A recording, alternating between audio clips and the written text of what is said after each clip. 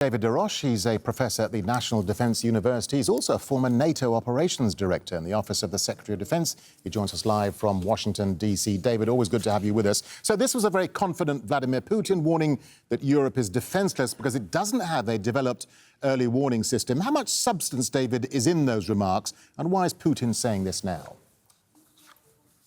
Well, it's a fine distinction. I mean, there is an integrated NATO command and control center, and there are national sensors to include the United States, and there are national intercept systems that have some ability to intercept missiles, but there is not a unified integrated missile defense system like the United States has along the west coast of the United States. I don't think Russia's missile defense system is quite what he's letting on as well.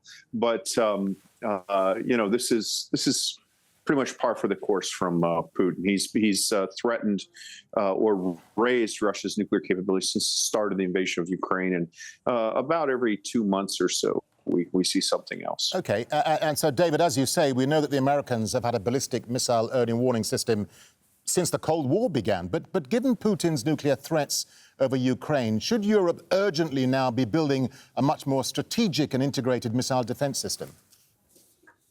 Absolutely. Look, European defense has been neglected for about 2 generations now. They took the peace dividend, and unfortunately, the peace hasn't quite come. So they have a number of needs. You know, they need to have deployable forces, they need to have a defense industrial base, and they need to have an integrated missile defense system. The United States system is primarily oriented against a North Korean threat. It's along the west coast of the United States, so there's work to be done here as well. You know, in the 1980s, this was thought by many to be technologically impossible. The potential is there now, but even so, the Russian nuclear arsenal is so big that you know, you would probably scale this for an attack against conventional missiles rather than nuclear missiles. Yeah, and is this all part of Putin's campaign to intimidate the West, David, following his invasion of Ukraine? I mean, lots of nuclear saber-rattling, as you say, and talk about changing Russian nuclear doctrine. But Putin's not stupid. He also knows there's no way he can even win a nuclear war. That's right. That's right. So this is kind of an old playbook. Basically, what he's trying to do is he's playing the long war. He's betting that Western will run out before the war ends, and he's also betting that by raising the specter of nuclear war, he can cleave off a proportion of Western public opinion, you know, who doesn't want to go to the difficulty of reestablishing their defense industrial base, you know, making up for substitution for Russian LNG and all those sorts of things.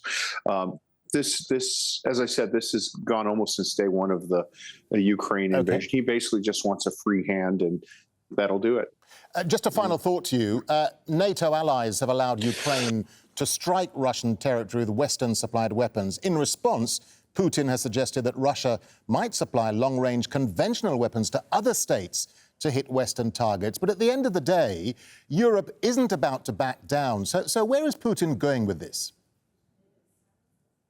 You know, I think, again, he's trying to I think the model he's looking at is during the Cold War, when the West abandoned the neutron bomb, which was a bomb that would, it was described as the ultimate capitalist weapon. It would kill people but not destroy buildings.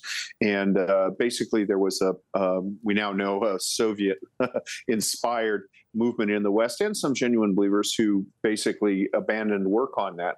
I think he's trying to recreate that success, cleave the alliance, and be giving a free hand to take the parts of Ukraine he wants.